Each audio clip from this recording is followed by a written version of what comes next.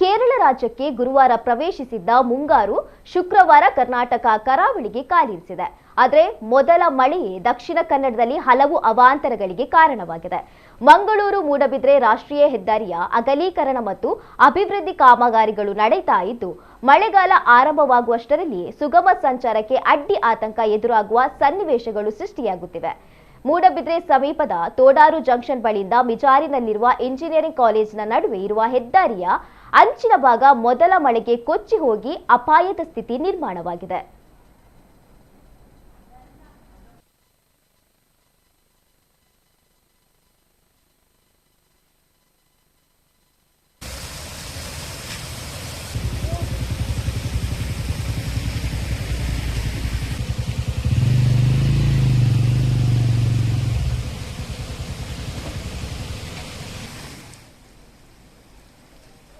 ಹೆದ್ದಾರಿಯ ಅಂಚಿನ ಭಾಗ ಕೊಚ್ಚಿ ಹೋಗಿರುವುದರಿಂದ ವಾಹನ ಸಂಚಾರಕ್ಕೆ ಅಪಾಯಕಾರಿ ಪರಿಸ್ಥಿತಿ ನಿರ್ಮಾಣವಾಗಿದೆ.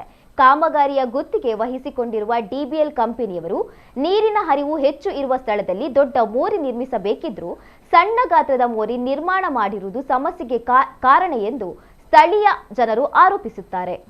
ಇಲ್ಲಿ ಮಳೆಗಾಲ ಪ್ರಾರಂಭ ಆಗಿದ್ದಷ್ಟೇ ಮೊದಲ ಮಳೆಗೆ ಎಲ್ಲ ಇದು ಹೋಗಿದೆ. ಇಲ್ಲಿ ಹೈವೇ ಅವರು ಮಾಡಿದಂಥ ಕಾಮಗಾರಿ ಕಳಪೆ ಆಗಿರುವುದರಿಂದ ಬೇಕಾದ ಸ್ಥಳದಲ್ಲಿ ಮೋರಿಯನ್ನು ಮಾಡಿಲ್ಲ. ಮತ್ತು ಎಲ್ಲ ನೀರು ಬಂದು ಈಗ ಮಾಡಿದಂಥ ರಸ್ತೆಯು ಎಲ್ಲ ಹಾಳಾಗಿ ಹೋಗಿದೆ.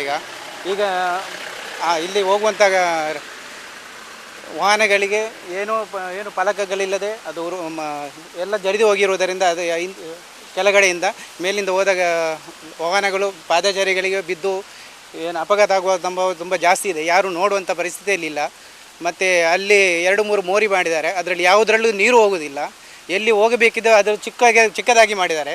ಆ ಚಿಕ್ಕದಾಗಿ ಮಾಡಿದ್ದರಿಂದ ಎಲ್ಲ ನೀರೆಲ್ಲ ಮೇಲ್ಗಡೆ ಬಂದು ಎಲ್ಲ ತೋಟಕ್ಕೆ ಪ್ರೈವೇಟ್ ಜಾಗಕ್ಕೆಲ್ಲ ನೀರು ನುಗ್ಗಿ ಎಲ್ಲ ನೀರು ತುಂಬಿ ಹೋಗಿದೆ.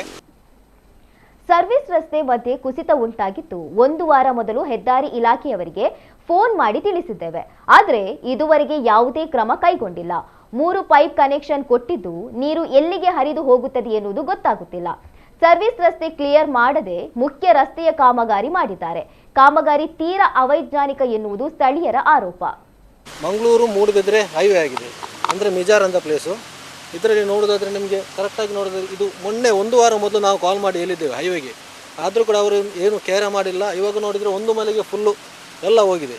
ಅದಲ್ಲದೆ ಈಗ ನೀರು ನೋಡೋದಾದರೆ 100 ಪೈಪ್ ಕಲೆಕ್ಷನ್ ಕೊಟ್ಟಿದ್ದಾರೆ. ಎಲ್ಲಿಗಂತ ನೀರು ಹೋಗ್ತಾ ಇದೆ ಗೊತ್ತೇ ಇಲ್ಲ. ಅದಲ್ಲದೆ ಇದು ಇವಾಗ ಶಿಕ್ಷಣ ಕಾಶಿ ಅದು ಮೂಡಬಿದ್ರೆ ಆದ್ದರಿಂದ ನೆಕ್ಸ್ಟ್ ಇಲ್ಲಿ ಇಂಜಿನಿಯರಿಂಗ್ ಕಾಲೇಜ್, ಮೆಡಿಕಲ್ ಕಾಲೇಜ್ ಎಲ್ಲ ಹತ್ತಿರದಲ್ಲೇ ಇದೆ. ಅದರಿಂದ ಏನು ನಮಗೆ ನೆಕ್ಸ್ಟ್ ಇದಾಗ್ತಾ ಇದೆ. ಅವರು ಸರ್ವಿಸ್ ರೋಡ್ ಕ್ಲಿಯರ್ ಮಾಡೋದೇ ಮೇಲೆ ಹೈವೇ ಶುರು ಮಾಡಿದ್ದಾರೆ. ಈ ಸರ್ವಿಸ್ನವ್ರು ತುಂಬ ಅವರಿಗೆ ಕಾಲ್ ಮಾಡಿ ಹೇಳಿದ್ರು ಅವ್ರು ಕೇರೇ ಮಾಡ್ತಾಯಿಲ್ಲ. ನಮ್ಮದು ಹೈವೇ ಬಾಲಾಜಿ ಸರ್ ಏನೋ ಹೆಸರಿದೆ, ಅವ್ರದ್ದು ಬಾಲಾಜಿ ಅಂತ ಹೈವೇ ಇನ್ಚಾರ್ಜ್ ಮಾಡ್ತಾರೆ. ಅವರನ್ನು ಇದು ಮಾಡ್ತಾನೆ ಇಲ್ಲ. ಬೆಳಿಗ್ಗೆ ಕಾಲ್ ಮಾಡಿ ಹೇಳಿದ್ದೇನೆ, ಇದುವರೆಗೆ ಏನು ಬಂದಿಲ್ಲ. ಈ ರೂಟಲ್ಲಿ ಹೋಗುವಾಗ ಎಷ್ಟೋ ಆಕ್ಸಿಡೆಂಟ್ ಆಗಿದೆ. ಇದೇ ರೂಟಲ್ಲಿ ಬೇಕಾದರೆ ನೋಡ್ಬೋದು, ತುಂಬ ಆಕ್ಸಿಡೆಂಟ್ ಆಗಿದೆ. ಒಂದು ಸಿಗ್ನಲ್ ಇಲ್ಲ, ಏನೂ ಇಲ್ಲ. ಎಷ್ಟೋ ಇದರಲ್ಲಿ ಇದು ಆಕ್ಸಿಡೆಂಟ್ ಆಗಿ ನಾವು ಕಣ್ಣಾರೆ ನೋಡಿದ್ದೇವೆ. ಡಿಬಿಎಲ್ ಕಂಪನಿಯ ಅವೈಜ್ಞಾನಿಕ ಕಳಪೆ ಹೆದ್ದಾರಿ ಕಾಮಗಾರಿಯ ಬಗ್ಗೆ, ನೀರು ಹರಿಯುವ ದೊಡ್ಡ ಸೇತುವೆ ಜಾಗದಲ್ಲಿ ಅತಿ ಚಿಕ್ಕ ಮೋರಿ ನಿರ್ಮಿಸುವುದರ ಬಗ್ಗೆ, ಅದರ ಅಡಿಪಾಯವನ್ನ ನೀರು ಹರಿಯುವ ಜಾಗಕ್ಕಿಂತ ಮೇಲ್ಪಟ್ಟದಲ್ಲಿ ನಿರ್ಮಿಸಿದ ಬಗ್ಗೆ ಸಂಬಂಧಪಟ್ಟವರಿಗೆ 50ಕ್ಕೂ ಹೆಚ್ಚು ದೂರುಗಳನ್ನು ನೀಡಲಾಗಿತ್ತು. ಆದರೆ ಸಂಬಂಧಪಟ್ಟವರು ಯಾವುದೇ ಕ್ರಮ ಕೈಗೊಂಡಿಲ್ಲ. ರಾಷ್ಟ್ರೀಯ ಹೆದ್ದಾರಿ ಇಲಾಖೆಯ ಯೋಜನಾ ನಿರ್ದೇಶಕರು ಒಂದೇ ಒಂದು ಬಾರಿಯೂ ಭೇಟಿ ನೀಡಿಲ್ಲ. ಕಾಮಗಾರಿ ಆರಂಭವಾದ ದಿನದಿಂದ ಯಾವೊಬ್ಬ ಜನಪ್ರತಿನಿಧಿಯೂ ಈ ಅವೈಜ್ಞಾನಿಕ ಕಾಮಗಾರಿಯನ್ನ ವೀಕ್ಷಿಸಲು ಬಂದಿಲ್ಲ. ಈಗ ತೆಂಕ ಮಿಜಾರಿನ ಈ ಹೆದ್ದಾರಿ ಒಂದೇ ಮಳೆಗೆ ಕೊಚ್ಚಿ ಹೋಗಿದೆ. ಇದಕ್ಕೆ ನೇರ ಹೊಣೆ ರಾಷ್ಟ್ರೀಯ ಹೆದ್ದಾರಿ ಇಲಾಖೆಯ ಬೇಜವಾಬ್ದಾರಿ ಯೋಜನಾ ನಿರ್ದೇಶಕ ಮತ್ತು ಅದರ ಇಂಜಿನಿಯರ್ಗಳು.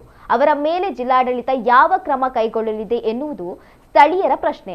ಇದೀಗ ಹೊಂಡವಾಗಿರುವ ರಸ್ತೆಯ ಬದಿಗೆ ಕಲ್ಲುಗಳನ್ನು ಮಾತ್ರ ಇಡಲಾಗಿದೆ ಹೊರತು ಯಾವುದೇ ಸುರಕ್ಷತಾ ಕ್ರಮದ ಸೂಚನಾ ಫಲಕಗಳನ್ನು ಸಂಬಂಧಪಟ್ಟ ಇಲಾಖೆಯವರು ಅಳವಡಿಸಿಲ್ಲ. ಇದರಿಂದ ರಾತ್ರಿ ಸಂಚರಿಸುವ ವಾಹನ ಸವಾರರಿಗೆ ಅಪಾಯ ಕಟ್ಟಿಟ್ಟ ಬುತ್ತಿ.